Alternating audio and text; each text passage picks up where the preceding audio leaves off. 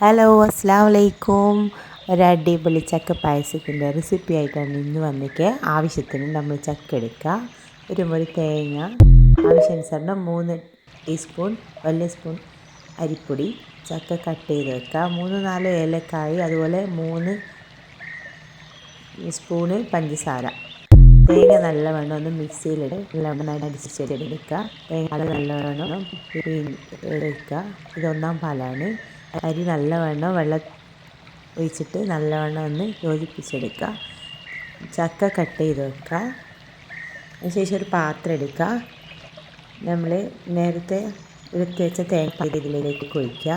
തേങ്ങാപ്പാൽ ഒഴിച്ച ശേഷം നമ്മൾ കലക്കി വെച്ച അരിപ്പൊടി നല്ലവണ്ണം ഒന്ന് വെള്ളത്തിൽ കലക്കി വെച്ചിട്ടില്ലേ, അത് ഇതിലേക്ക് ഒഴിക്കുക. തേങ്ങാപ്പാലും ഈ അരി കലക്കിയതൊക്കെ രണ്ടും കൂടി നല്ലവണ്ണം ഇളക്കി യോജിപ്പിക്കുക.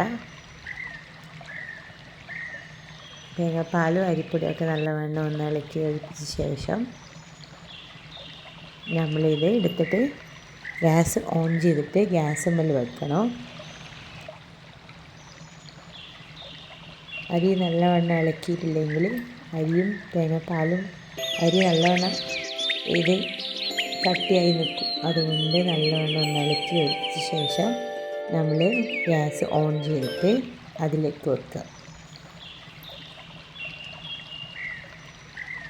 അങ്ങനെ ഗ്യാസ് മേൽ വെച്ച് ശേഷം നമ്മൾ വെയിറ്റ് ചെയ്യുക. നല്ലവണ്ണം ഒന്ന് സ്പൂൺ കൊണ്ട് ഇളക്കണം. ഇളക്കിയിട്ടില്ലേ കട്ടടിക്കും. ഇളക്കിയ ശേഷം നല്ലവണ്ണം ഇതാ തിള വരുന്നുണ്ട്. അതിലേക്ക് നമ്മൾ കട്ട് ചെയ്ത ഈ ചക്ക അതിലേക്ക് ഇടണം. തേങ്ങാപ്പാലും അരിയൊക്കെ നല്ലവണ്ണം ഒന്ന് ഇളക്കി യോജിപ്പിച്ച് വരെ നല്ലവണ്ണം ഒന്ന് തിളക്കുന്ന വരെ നമ്മൾ കട്ട് വയ്ക്കുക. അതും ഇടയ്ക്ക് ഏലക്കായൊക്കെ ഇട്ട് നല്ലവണ്ണം ഒന്ന് തിള വരുന്നവർ വെയിറ്റ് ചെയ്യുക. തിള വന്നുകൊണ്ടിരിക്കുമ്പോൾ നമ്മൾ 2 വലിയ ടീസ്പൂൺ പഞ്ചസാര ആവശ്യാനുസരണം. മധുരം നോക്കിയിട്ട് വേണം ഇടാൻ. ചില ആൾക്കാർക്ക് മധുരം ഇഷ്ടമല്ല, ചില ആൾക്ക് ഒരിത്തിരി മധുരം കൂടുതലായാൽ കുഴപ്പമില്ല.